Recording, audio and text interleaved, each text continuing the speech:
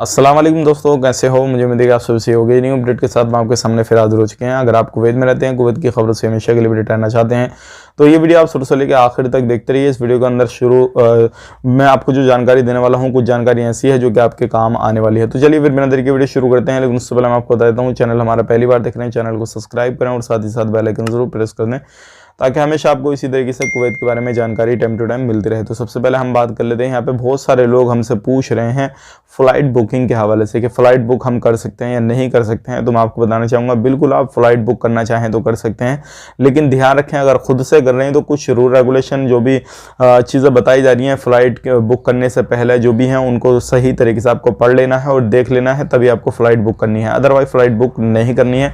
किसी भी travel agent से जो है आप बुक करा सकते हैं, कुछ भी करा सकते हैं, पूरा पैकेज वगैरह भी ले सकते हैं। अब बात कर लेते हैं, यहाँ पे अभी डोमेस्टिक वर्कर की काफ़ी ज़्यादा कमोबेशी हो रही है कुवैत के अंदर, और यूरोप कंट्रियों से भी लाने की सोचा जा रही थी, लेकिन अभी जो है मना कर दिया गया कि यूरोप कंट्री के जो लोग हैं वो हमसे मिलते जुलते नहीं हैं।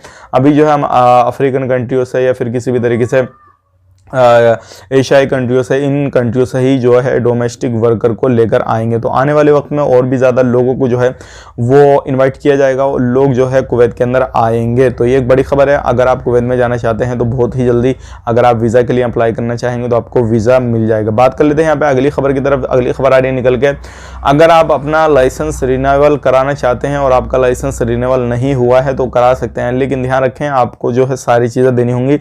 अगर आप किसी भी प्रोफेशन पे काम करते हैं, कुछ भी करते हैं, तो उसका प्रूफ भी, वीज़ा का प्रूफ भी, एकामे का प्रूफ भी, और आपका जो है जो कफिल है यानी कि जो भी आप कंपनी में काम करते हैं तो उसका प्रूफ, ये सारे डॉक्यूमेंट्स का प्रूफ जो है आपको अपना देना पड़ेगा। सबकी फ़ोटोकॉपी देनी होगी। ये सारी चीज़ें देंगे तभी जो है आपका लाइसेंस जो है वो रिन्यूअल किया जाएगा, क्योंकि इस तरीके की बातें सामने आ रही हैं।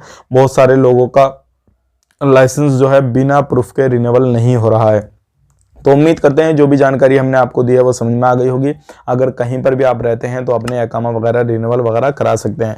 तो ये थी आज की जानकारी। अगर फ्लाइट बुक करना चाहते हैं, आना चाहते हैं, कोई भी परेशानियां आ सकते हैं, और PCR वगैरह का ध्यान रखना है आपको। मिलेंगे इस नेक्स्ट वीडियो में। आप अपना ख्याल रखें, अपनी फैमिली वालों का ख्याल रखें। Take care, bye bye.